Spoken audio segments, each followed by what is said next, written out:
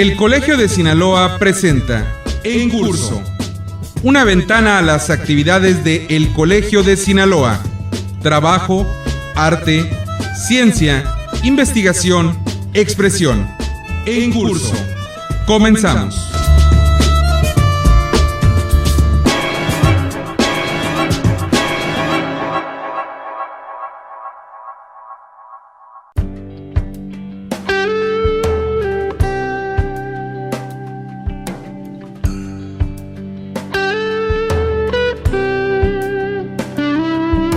El Colegio de Sinaloa coadyuva en la formación continua de estudiantes, profesionistas, académicos y público en general, mediante convenios de colaboración entre las diversas instituciones públicas del estado de Sinaloa, pero de manera específica mediante una oferta propia de cátedras magistrales coordinadas por los miembros del Consejo Colegiado.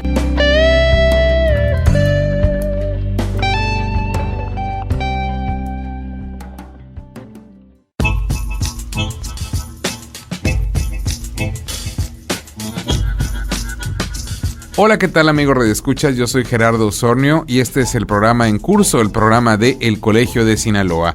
En esta ocasión le voy a presentar una interesante entrevista con el doctor Ramón de la Peña Manrique, quien nos visita como parte de las actividades del programa Con C de Ciencia, un programa auspiciado por el Colegio de Sinaloa, y nos va a platicar de su conferencia titulada Educación Transformadora Personal.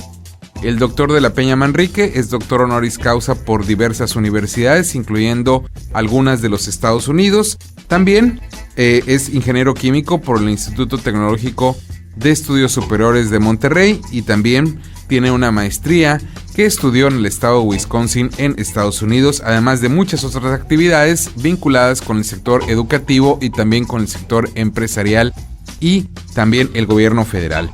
Sin más preámbulo, aquí en Curso, el programa del Colegio de Sinaloa, vamos a escuchar al doctor Ramón de la Peña Manrique.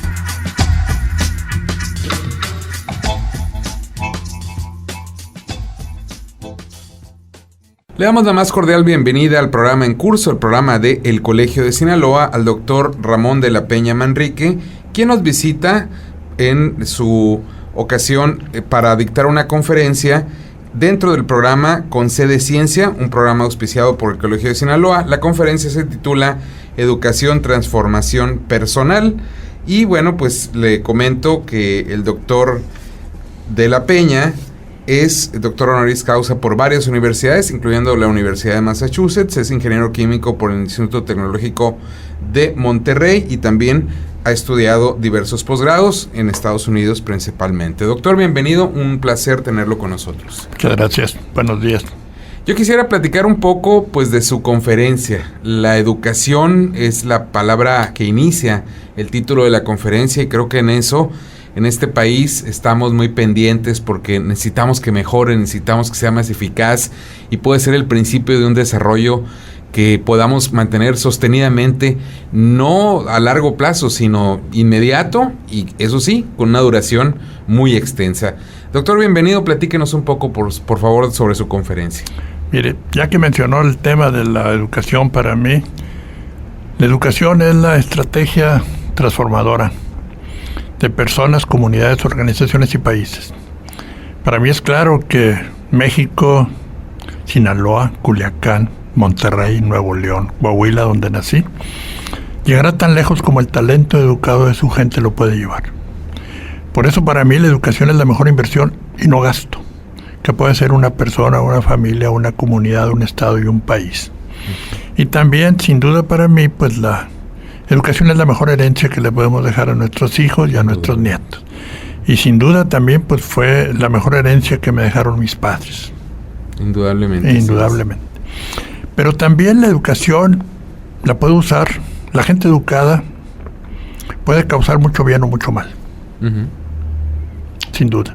Y por eso el tema de honestidad, veracidad, responsabilidad es tan importante. Claro. Y entonces el tema de educación transformadora personal la guío por dos caminos.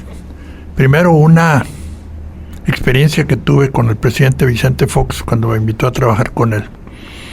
para hacerme responsable del Consejo Nacional de Educación para la Vida y el Trabajo y del Instituto Nacional de Educación para los Adultos. Eso fue en el 2001. En la entrevista, la última pregunta que me hizo fue: oiga, ¿y por qué se quiere venir a trabajar a México? Caray, ¿por qué me pregunta eso, presidente? Le dije. Me dijo: porque usted tiene que dejar Monterrey, tiene que dejar a su familia, tiene que dejar al Tecnológico de Monterrey, donde yo era el rector del campus Monterrey en ese tiempo, y probablemente le vamos a pagar menos de lo que gana usted allá en Monterrey. Entonces, ¿por qué se quiere venir? Le dije: déjeme contarle una fábula que me contó un consejero del TEC, que es la fábula de las 8 monedas. Quien me la contó me dijo: mira, cuando cada persona nace, nos regalan 8 monedas de vida. Cada moneda para los bien portados vale 10 años. Para los acelerados vale 9, 8 o 7. Y para los muy, muy bien portados, pues vale 11 o 12 o 13 años. Entonces dije: caray, esto quiere decir que nuestra vida es finita. Entonces hay que saber usarla inteligentemente. Y luego me dijo: mira, separa una de las monedas, porque esa es la moneda con la que vas a terminar tu vida cuando te jubiles o cuando tus hijos, viendo que la estás regando en el negocio, te nombran presidente honorario del consejo. Entonces en eso me acordé yo de mi rector en el TEC, que trabajó 40 años, pero se le acabaron las monedas. Y se fue a su casa. La pregunta que yo me hice: ¿qué encontró el ingeniero Fernando García Roel cuando llegó a su casa? Y la pregunta que yo me hice: bueno, ¿y yo qué voy a querer encontrar en mi casa cuando me jubile? Claro. Entonces dije: quiero el cariño de mi esposa, de mis hijos, de mis nietos, de mis amigos, llegar con un baúl lleno de buenos recuerdos y de buenos ahorros. Bueno, esto debe ser parte de mi estrategia personal. Esto es lo que yo quiero. Y el querer hay que transformarlo en acciones concretas para que efectivamente ocurra. Efectivamente. Y luego le dije: ¿y cuántas monedas nos quedan, presidente? Porque usted y yo ya nos echamos 1 y 2 y 3 y 4 y 5 y 6. Así estaba cuando me fui a trabajar con él. Entonces, la siguiente pregunta de planeación estratégica es: ¿qué voy a hacer con las monedas que me quedan?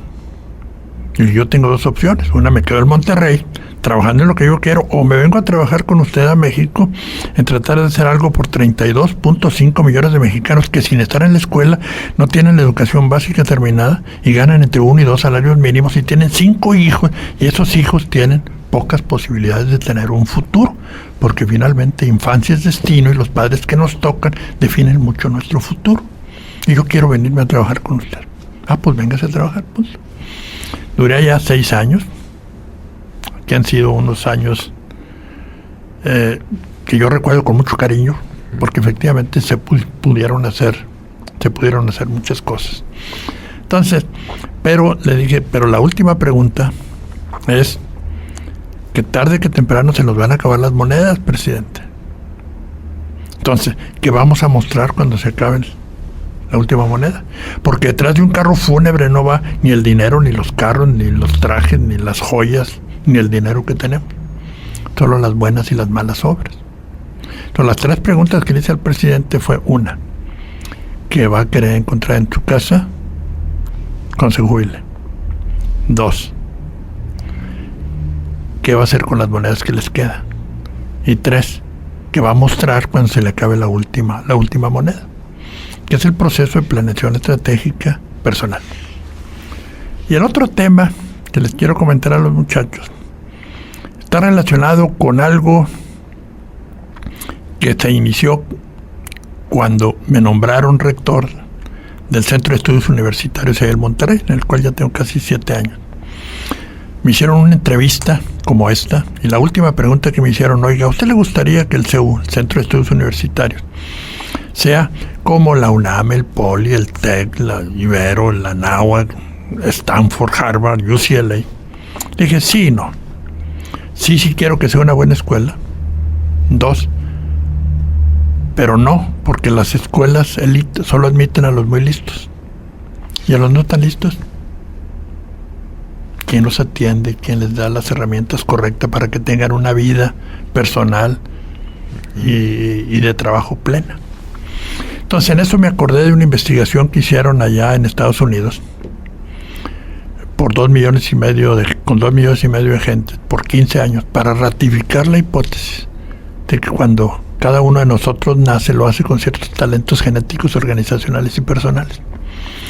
Pancho Villa y Emiliano Zapata, 2 analfabetas, tuvieron que tener talentos genéticos para hacer lo que ellos lograron. Tuvieron que tener liderazgo, comunicación, relaciones humanas, algo que les fortaleció el camino y que los transformó en unos héroes en ese momento. Entonces con eso me dije, no hay ningún mexicano sonso. Lo que pasa es que no somos buenos en todo.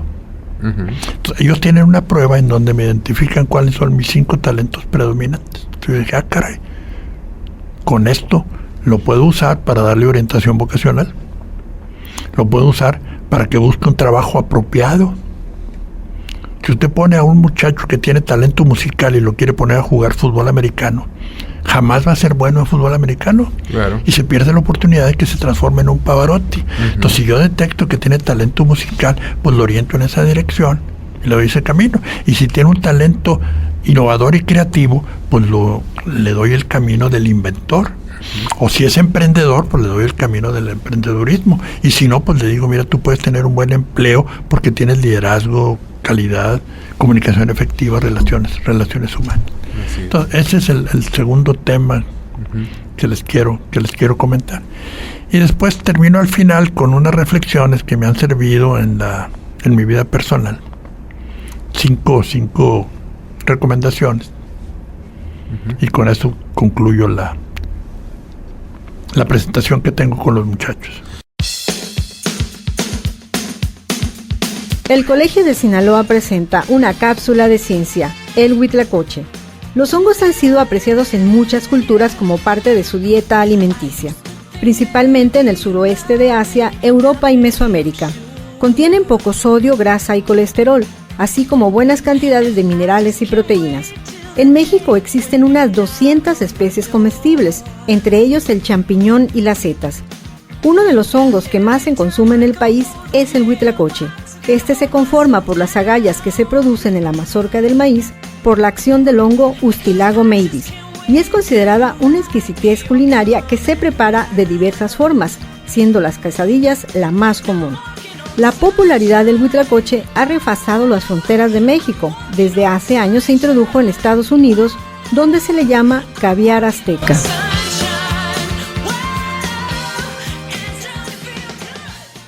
Este programa es apoyado por el Consejo Nacional de Ciencia y Tecnología.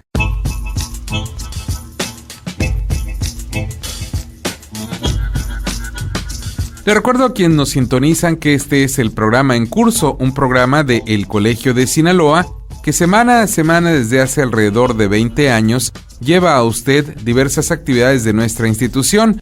En esta oportunidad estamos platicando con el doctor Ramón de la Peña Manrique sobre el tema de la conferencia titulada Educación Transformadora Personal, una conferencia de su autoría que dictó recientemente en el Colegio de Sinaloa y que forma parte de las actividades del programa Con Sede Ciencia, un programa auspiciado por el Colegio de Sinaloa. Estamos platicando sobre educación y algunas ideas y tesis del doctor de la Peña Manrique para convertir la educación no solo en un asunto estrictamente formal o social, sino en algo que trascienda en la vida personal de cada uno de nosotros y también, por supuesto, en la vida común de todos los que vivimos aquí en México. Sigamos escuchando al doctor Ramón de la Peña Manrique.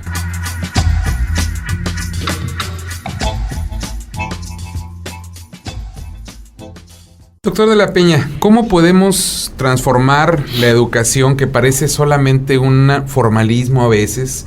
Los padres se preocupan muchos, claro, por llevar a sus hijos a la escuela desde las etapas más primarias de la vida, pero luego pareciera que es como algo, una fórmula social.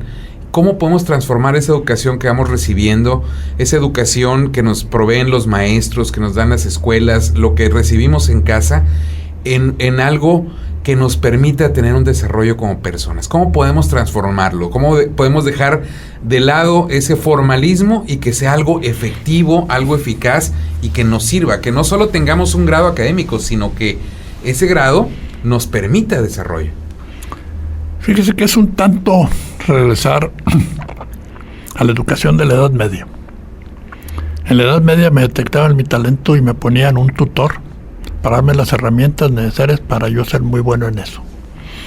Pero cuando vino el proceso de industrialización, es decir, que para armar un carro hay que hacer 1 y 2 y 3 y 4 y 5 y 6 y 7 y 8 y 9 cosas. Eso también se importó al modelo educativo. Entonces, todos los muchachos tienen que pasar por lo mismo en primaria, secundaria, bachillerato. Y en profesional, si yo quiero estudiar ingeniero químico, que fue lo que yo estudié, entonces todos mis compañeros tuvimos que pasar por matemáticas 1, 2, 3, 4, química 1, 2, 3, 4, 5, 6, 7, física X, luego balance de materia, balance de energía, termodinámica, diseño de plantas, diseño de reactores, todo.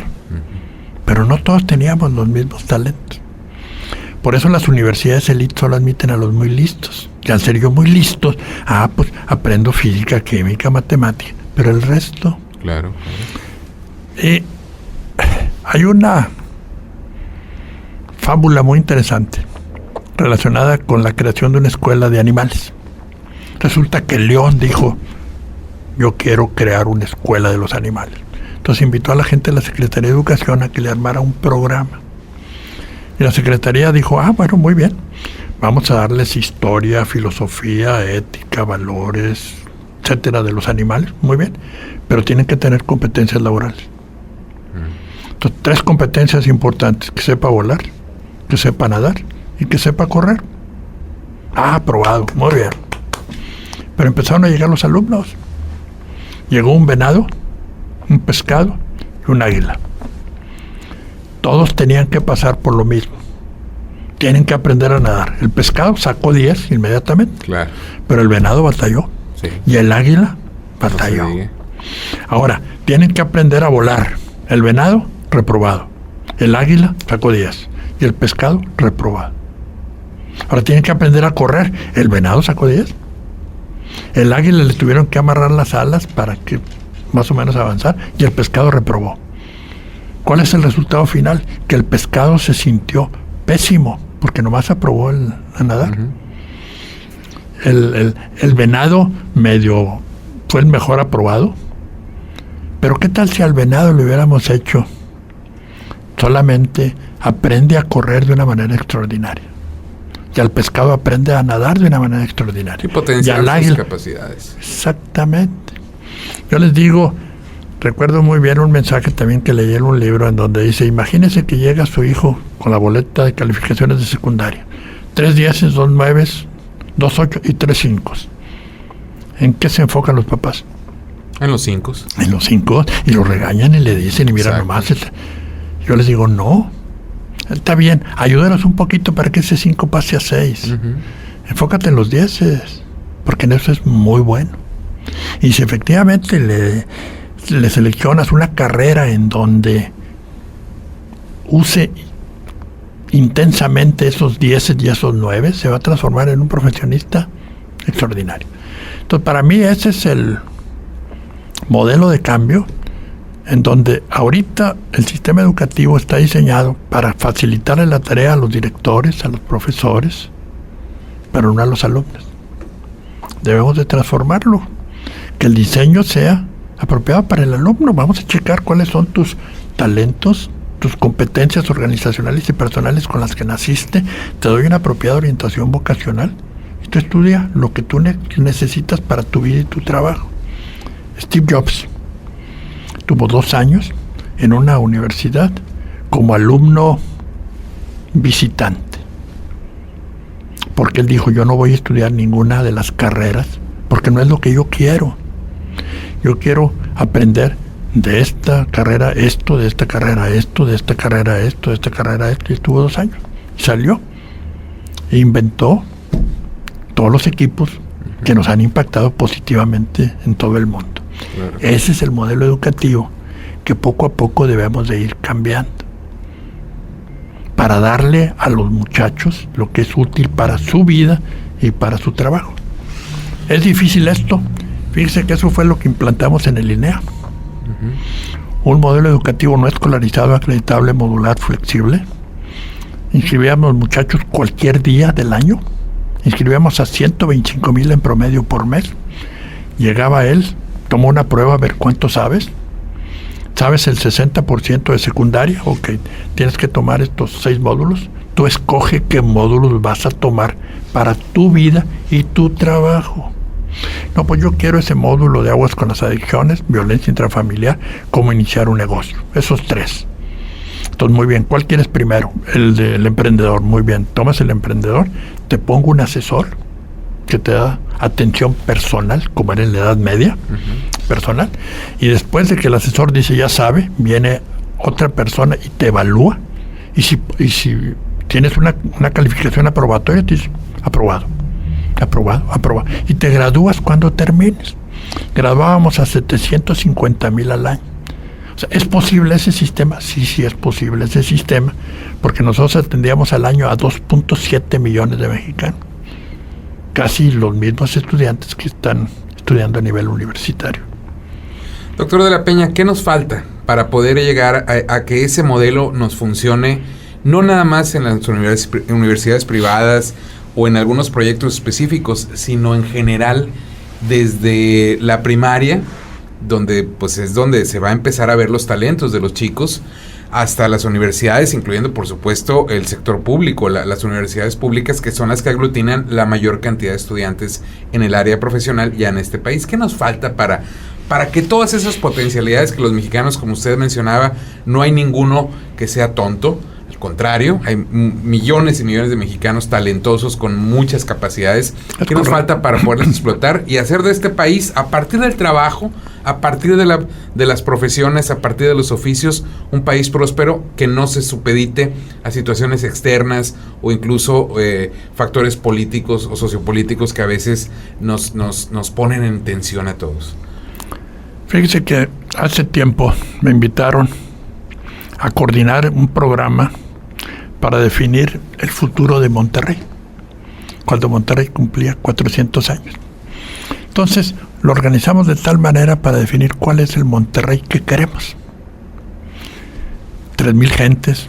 Dijimos, bueno, el Monterrey que queremos es este. ¿Y cuáles son los factores clave? Los factores claves es 1, 2, 3, 4, 5. Ahora, esos factores clave, ¿qué tenemos que hacer para aterrizarlos en acciones concretas? 1, 2, 3, 4, 5. Nos tardamos casi un año. Se presentó, lo presentó el gobernador, lo presentó el Tecnológico de Monterrey, está en un sitio de internet. Se presentó como 5 o 6 veces.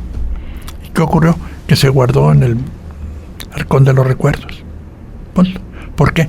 Porque no se tenía la intención de aterrizarlo en acciones concretas. ¿Qué tenemos que hacer para lograr lo que usted menciona? ¿Qué modelo queremos?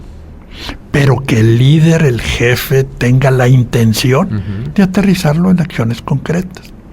Y no solamente que tenga la intención, sino que ponga las personas apropiadas, con los talentos apropiados, para lograr el cambio. Darle los recursos que se necesita para hacer ese cambio y no quitar el dedo del renglón hasta que lo logre. Sí, un liderazgo, una constancia también. Ejemplo, me comentaron cómo se creó el segundo piso del periférico en la Ciudad de México. Me dicen, estaba López Obrador en un desayuno con un arquitecto y llegó otro arquitecto a saludarlo. Ya se fue. Y entonces el arquitecto que estaba desayunando con él le dice, mire, ese señor tiene una idea que ha estado promoviendo por los últimos 15 años. ¿Y cuál es? Poner un segundo piso en el periférico. A ver, ¿cómo? Sí, un segundo piso en el... Ay, llámele. Entonces ya lo llamó, se sentó, a ver, platícanos. Ya le platicó el proyecto. Le llama a su chofer y le dice, oye, mañana este arquitecto va a ir a las 8 de la mañana, tú lo recibes, lo llevas a mi oficina porque quiero que me presente el proyecto que me acaba de comentar. El señor se fue, recogió lo que tenía escrito del proyecto. Al día siguiente a las 8 de la mañana lo recibieron y lo llevaron a la oficina. Ya estaba López Obrador con 3, 4 gentes. Preséntenos el proyecto, lo presentó. ¿Cómo la ven? Está extraordinario. Ok, vamos a aterrizarlo. Primero armamos el proyecto, luego puso a 2, 3 responsables del proyecto, le dio los recursos económicos y no quitó el dedo del renglón hasta que lo puso. Segundo piso del periférico. Carlos Salinas de Gortari dijo: yo quiero un tratado de libre comercio. Puso a la gente apropiada, empezó el negociar, se firmó y se aplicó el tratado de libre comercio. Eso es lo que necesitamos, que el líder esté convencido de hacer una transformación en el sistema educativo, tener un nuevo modelo. Y después decir: vamos a poner a la gente ad hoc para que ocurra el cambio y darle los recursos. Esa es la primera ley de la termodinámica. No hay lonche gratis. Te va a costar, nos va a costar. Y no quites el dedo del renglón hasta lograr lo que tenemos. Ponlo. Doctor de la Peña, pues se nos ha ido el tiempo como agua entre las manos. Quisiéramos seguir platicando con usted, su experiencia en el área educativa, su ejemplo que nos ha comentado en este programa respecto a lo que trata su conferencia, que me parece verdaderamente muy interesante, y será mejor todavía escucharla de manera directa, conceder la oportunidad a cualquiera de las personas que nos escuchan en diversos lugares del estado de Sinaloa. Los invitamos para que pues vaya y acuda a escuchar esta plática, que aquí nos dieron una pequeña probada, pero nos dejan muy interesados, estoy seguro que a muchos que nos han escuchado también, para seguir escuchando al doctor de la Peña. No sé si tenga algo más que agregar antes de despedirnos. Bueno, mandarles un saludo a todos los exalumnos del TEC de Monterrey. En mi llegada al aeropuerto me encontré a un exalumno, lo saludé. Y la otra es que vean el futuro con esperanza. Porque el futuro no está creado aún. El futuro lo podemos crear nosotros. Y la gente educada es la gente que tenemos más oportunidad de hacer cosas por nuestro país. Cosas positivas, definitivamente. Recordando la vieja filosofía cristiana que dice: nadie puede amar a Dios a quien no ves, sino ama a tu prójimo a quien sí ves, sobre todo si es el que menos tiene, sabe y puede. Esa es nuestra obligación moral que tenemos para dejar una huella importante en nuestro país. Muchas gracias, doctor de la Peña, muy amable por haber estado con nosotros. Al contrario.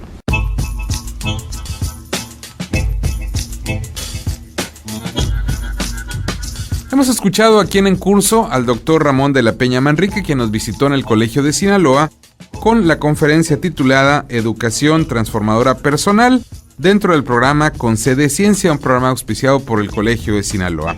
Nos vamos a despedir, queremos agradecer su atención a este programa, invitarlo para que siga en compañía de esta emisora, pero también para que se sume a las diversas actividades de el Colegio de Sinaloa. Para obtener información de horarios y días precisos puede acudir en la ciudad de Culiacán en horas de oficina, a la calle Antonio Rosales 435 Poniente, código postal 80,000, o llamar también en la capital del estado sinaloense a los teléfonos 716-1046 y 716-1050, ambos con LADA 667. Desde cualquier punto a través de la red puede obtener información de El Colegio de Sinaloa tecleando www.elcolegiodesinaloa.gov.mx o enviando un correo electrónico solicitando información de los días y horarios de los eventos de nuestra institución a coldecin@yahoo.com.mx. Yo soy Gerardo Osornio y esta fue una emisión más de En Curso, el programa de El Colegio de Sinaloa.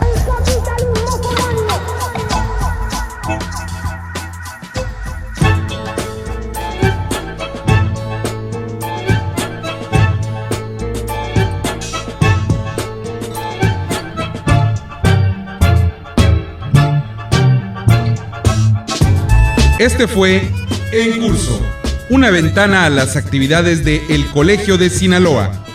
La próxima semana, usted tiene una cita a la misma hora en esta misma estación con En Curso, el programa de El Colegio de Sinaloa.